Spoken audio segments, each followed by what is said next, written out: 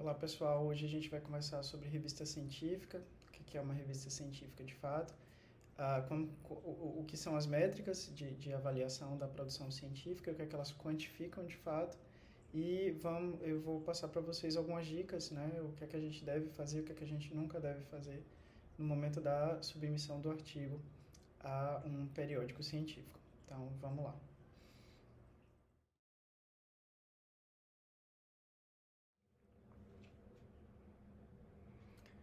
Então é chegado o momento, né? Terminei a dissertação, terminei a tese, ufa, finalmente eu posso descansar, né? Meu trabalho está concluído. Só que não, né? A conclusão da tese, da dissertação e a conclusão do artigo, na verdade, é o primeiro momento da vida pública do artigo. Na verdade, não é o primeiro momento da vida pública ainda, ele vai ser após a submissão a uma revista. Nós não temos muitas alternativas, não é, de fazer circular o conhecimento científico. A gente primeiro pode até colocar num servidor de preprint, mas uma vez que ele não é pré-avaliado, ele não é contabilizado, né, como comunicação científica oficial final de fato, embora seja uma dimensão essencial da comunicação científica. Então a gente fica somente com a escolha, com uma opção, que é a revista científica. Mas acho que a gente precisa entender primeiro o que é uma revista científica, né? Para poder melhor alocar a nossa produção científica, né? Para você escolher uma revista é importante que você primeiro saiba o que é uma revista de fato.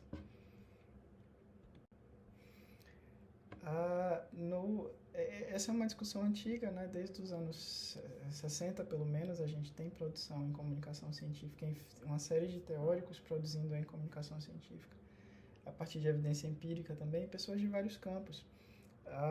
Uma dessas pessoas é o John Zeeman, né? Que era físico, né, de origem, mas produziu em comunicação científica. Ele tem esse pequeno tratado chamado Public Knowledge. Na verdade, são algo como três livros curtos, onde ele fala sobre a natureza pública do conhecimento. Por isso que a gente fala em publicar, né? A tese principal do livro é que o conhecimento que não é público é um conhecimento que não existe. E ele não existe porque ele não pode ser verificado, né? Então, o conhecimento público ele é passível de verificação, né? Então a gente conversou em algumas aulas atrás que o consenso existe no tempo, o consenso científico existe no tempo. Para que ele exista no tempo, a gente precisa discordar e concordar no tempo. E para que a gente possa fazer isso, a gente precisa ter material em cima do qual concordar e discordar. Então, o conhecimento científico ele é sistemático, porque ele estrutura fatos sobre o mundo real. Representacionalmente, ele representa fatos sobre o mundo real e estrutura um conhecimento sobre isso. E para que a gente estruture conhecimento, a gente precisa dessa dimensão pública, verificável. E aí o John Zeeman discutiu a crença justificada, né? Que na verdade não é a crença no sentido teológico ou no sentido metafísico, mas a crença no sentido de que você pode, aquele conhecimento está sempre se dobrando à verificação. Tantas vezes você o verifique, tantas vezes ele se sustenta no tempo. E aí a gente tem um consenso. Então esse conhecimento ele é confiável. E para ser confiável, ele precisa ser público. E aí a gente vai caminhando, né, em 300 anos de ciência formal, a gente vai caminhando no sentido de deixar esse conhecimento cada vez mais público, cada vez mais verificável, cada vez mais transparente. E isso denota integridade científica, tal qual a gente compreende o conceito hoje. Daí chega que a gente, às vezes, decide que a revista é como uma prateleira de conhecimento, tá? Essa é uma visão mais ou menos até esse século que a gente encerra agora, que a gente encerrou agora o século XX. Então as revistas elas são catálogos, né? E aí elas entram depois em bases de dados que são catálogos especializados. O problema desse conceito é que ele está errado, né? Uma revista ela não é um catálogo, porque um catálogo é uma coisa física parada, não é uma coisa viva. Então é muito mais interessante talvez pensar a revista como um sistema dinâmico, uma comunidade.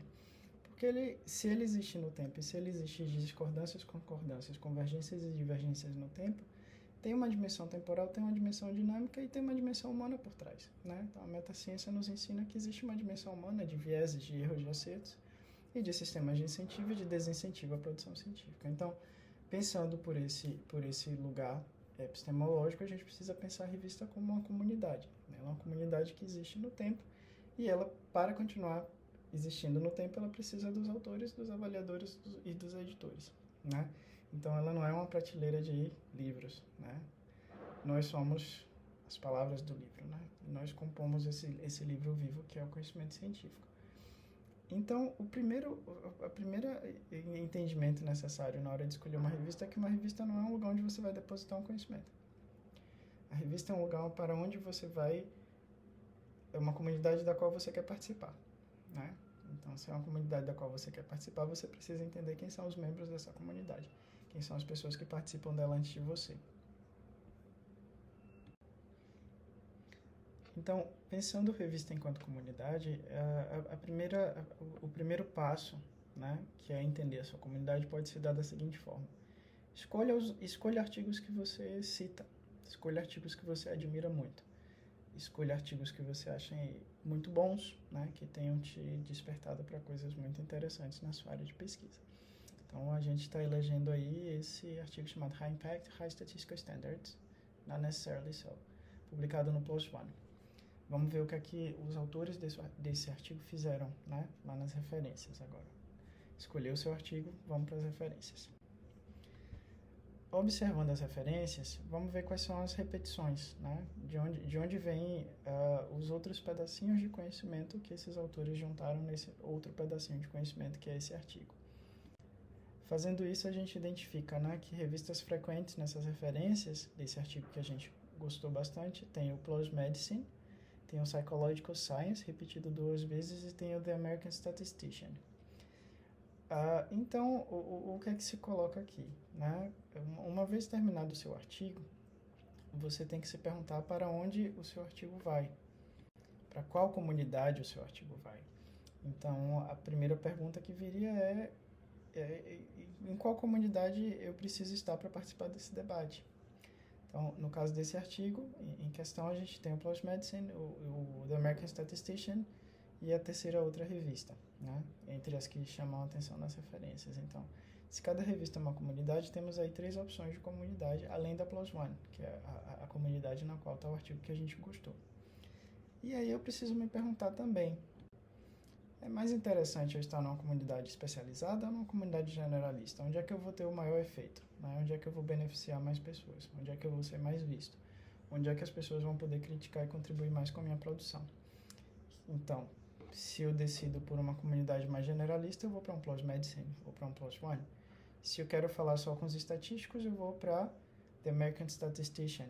Mas aí eu restringo um debate estatístico e de métricas de citação somente a essa revista e somente a essa comunidade. Então, primeiro é identificar a sua tribo. Em seguida, em qual salinha você vai entrar, né? Qual salinha em qual salinha do fórum público, né? Você vai estar. E um bom critério para decidir isso é onde que você vai maximizar os benefícios do seu estudo, não é? Então, esses autores em questão, eles decidiram pelo PLOS ONE, não decidiram pela The American Statistician. Eles foram para uma comunidade generalista ampla, onde eles podem impactar leitores das ciências da saúde e leitores de estatística ao mesmo tempo. Então, voltando. PLOS Medicine, Psychological Science, The American Statistician. Se eles quisessem conversar só com os psicólogos das correntes anglófonas, eles estariam no Psychological Science, que eles citam, inclusive, com mais frequência do que o PLOS. Mas eles optaram pelo PLOS, então tem uma escolha aí. E aí essas escolhas são, partindo dessas premissas, desses questionamentos, vocês devem escolher isso junto com as orientadoras, com os orientadores. O que é mais estratégico para a sua produção, o que é mais estratégico para o seu grupo de pesquisa, onde que você vai aumentar os benefícios, não é? E diminuir ruídos. Então, essas são as primeiras questões. Você pode finalizar isso pensando a quem o meu relato melhor vai servir. E aí, essa pode ser a sua pergunta de bater o martelo, né? Junto com o chefe de pesquisa, com a chefe de pesquisa que é a orientadora, o orientador. Mas aí a gente precisa também entender o que é que não é uma revista. Então, muito se discute hoje, muito se fala em revistas predatórias, não é? Mas o que é uma prática predatória? A prática predatória consiste em na natureza, em um indivíduo que tem vantagens evolutivas, buscando de estratégias para conseguir a perpetuação, né? Perpetuação da sua espécie. No caso da publicação predatória, a gente tem revistas que usam, né, de mimetismo, né, se camuflam de outras coisas para perpetuar o seu negócio, né? Continuar publicando, conseguir direitos autorais aos autores, conseguir pagamento de taxas. O problema disso é que revistas científicas predatórias são uma espécie de predação. Então, assim como os tubarões são um tipo de predador no seu nicho ecológico, assim como os gatos são outros tipos de predadores no seu nicho ecológico, assim como o homem é um tipo de predador no seu nicho ecológico. Então, a gente tem que pensar contexto também. Para a gente discutir predação, a gente precisa pensar o contexto. Esse filme é ótimo, inclusive eu não nado no mar por causa dele. Então, a gente precisa falar sobre nuance e sobre contexto. Esse é um artigo de divulgação científica, motivado por um artigo publicado numa revista científica especializada em comunicação de ciência. Então, qual que é a tese, o que é que está sendo debatido aí nesse artigo de opinião, que vocês podem, inclusive, conferir depois. As práticas predatórias, elas existem num polo, né? As práticas predatórias existem no espectro. Então, revistas, autores, editores que acumulam práticas predatórias, eles são mais predatórios. Eles podem ser configurados como exclusivamente predatórios. Mas a média das revistas e a média das práticas editoriais acontecem nas nuances, e não exatamente totalmente íntegro e não totalmente antiético e predatório. Assim como a gente entende lá, em sendo uma analogia evolutiva, biológica, a gente entende que dentro dos nichos existem predadores maiores e predadores menores, e às vezes o predador menor é predado por um predador maior. Então, o tubarão ele é assustador quando a gente está nadando no mar. Mas se você está dentro de um barco, de um navio baleeiro, o tubarão ele pode ser predado. Esse é o artigo que motivou aquele artigo de disseminação no London School of Economics blog, justamente sobre os espectros, né, da predação das práticas editoriais, da predação nas práticas editoriais. Essa infografia, ela na verdade é uma visualização de redes de práticas consideradas questionáveis, consideradas talvez potencialmente predatórias. Então, percebam que o que a gente pode chamar de revista predatória acontece nos nós mais densos, mas existem nuances nas pontas, e nas pontas onde às vezes a gente pode se enganar, né, e ficar preso por direitos autorais numa revista que não é tão atraente, tão interessante. Então, existem desde práticas severas até práticas moderadas, né, até práticas menores. Então, o endereço falso, eles entendem que é uma prática menor nesse estudo. Não ter política editorial é uma prática um pouco mais moderada. Artigos que faltam, né, artigos que somem e ausência de comitê editorial, os autores entenderam como uma prática mais severa. Eu diria que o endereço falso deveria estar em severo, né, porque eu acho que a confiança se estabelece primeiro no cartão de visitas, não é? Mas o valor desse artigo é em se entender que as práticas elas são acumulativas, né? E isso significa que, inclusive, revistas para as quais a gente paga muito caro para publicar, e revistas de marca, elas podem ter, eventualmente, práticas questionáveis em publicação. Embora elas não se configurem necessariamente como revistas predatórias, elas também podem adquirir práticas predatórias. E como é que a gente se protege disso? Tem essa ferramenta, é um checklist chamado Think, Check, Submit, ele está traduzido em diversos idiomas, tem tradução em português, está disponível nesse site aqui. E acessando esse site você vai ter acesso a um questionário. Esse questionário ele te faz pensar sobre coisas básicas de uma revista. Então, são coisas que uma revista muito normal, ela vai cumprir 100% disso aí. Uma revista de marca certamente vai cumprir 100% disso aí. E as outras revistas que existem mais no polo, né, lá no polo das práticas questionáveis, elas vão descumprir alguns ou todos, ou a maioria. Então, aí cabe o questionamento. Se eu vou publicar, se são questões tão simples e se são ações tão fáceis, né, por parte dos comitês editoriais de cumprirem para essas revistas, por que elas não as cumpriram? Por que elas não as cumprem? Então, talvez uma das mais básicas seja a indexação no Directory of Open Access Journals, no DOAJ. Não é exatamente fácil de entrar, porque você precisa ter uma série de políticas editoriais e comprovar que você tem essas políticas editoriais em operação relacionadas à transparência e integridade científica.